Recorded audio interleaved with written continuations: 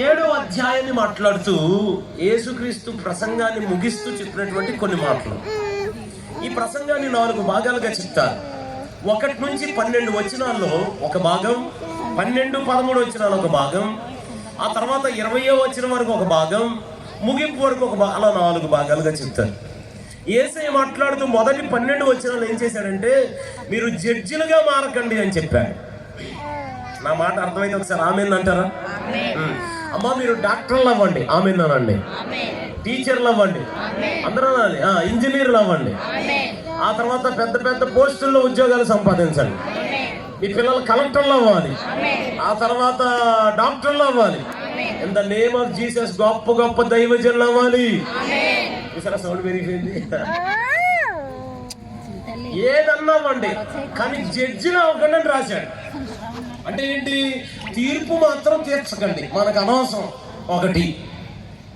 రెండోది 13, 14 వచనాలు మాట్లాడుతూ మీ మన ప్రయాణం కోసం మాట్లాడాడు. మన జీవిత యానంలో మన ప్రయాణం ఎలా ఉండాలంటే ఇరుకు మార్గాన ప్రవేశించి ప్రయాణం చేయండి అన్నాడు. మొదటేమో మీరు జడ్జిలుగా ఉండకండి.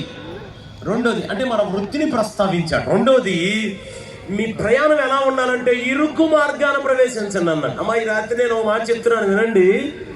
క్రైస్తవ విశ్వాస జీవితం ఎప్పుడు ఇరుకు మార్గమే. ఆశీర్వాదం అద్భుతాలు కరెక్టే, నేను కాదనట్లేదు.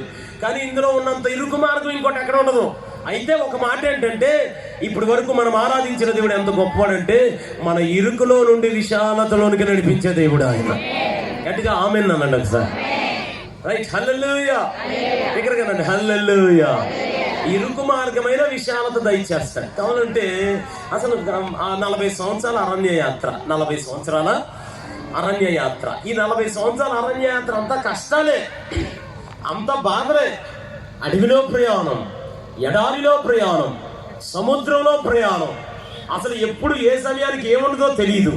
క్రూర మృగాల మధ్య ప్రయాణం, అంతటి ప్రయాణం. బయటేమో బోర్డు అరణ్య యాత్ర, బయటేమో బోర్డు కష్టాలు. మీకు మాట తెలుసు కదండి, లోపల వాళ్ళందరికీ రోజు సుఖాలే. ఇప్పుడు మీరన్నా ప్రతిరోజు బట్టలు ఉతుక్కోవాలి.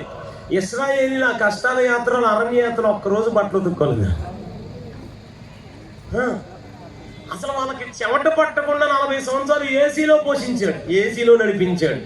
చలి వచ్చేసింది అనుకోండి, హీటర్ ఆన్ చేసేవాడు. ఈ యాత్ర ప్రారంభించేటప్పుడు 5 సంవత్సరాలు ఉన్నవాడు 40 సంవత్సరాలు అవగానే 45 సంవత్సరాలు, 45 సంవత్సరాలు మనిషితో పాటు బట్టలు కూడా పెరిగిపోయాయి. అసలు ఎంత అద్భుతం.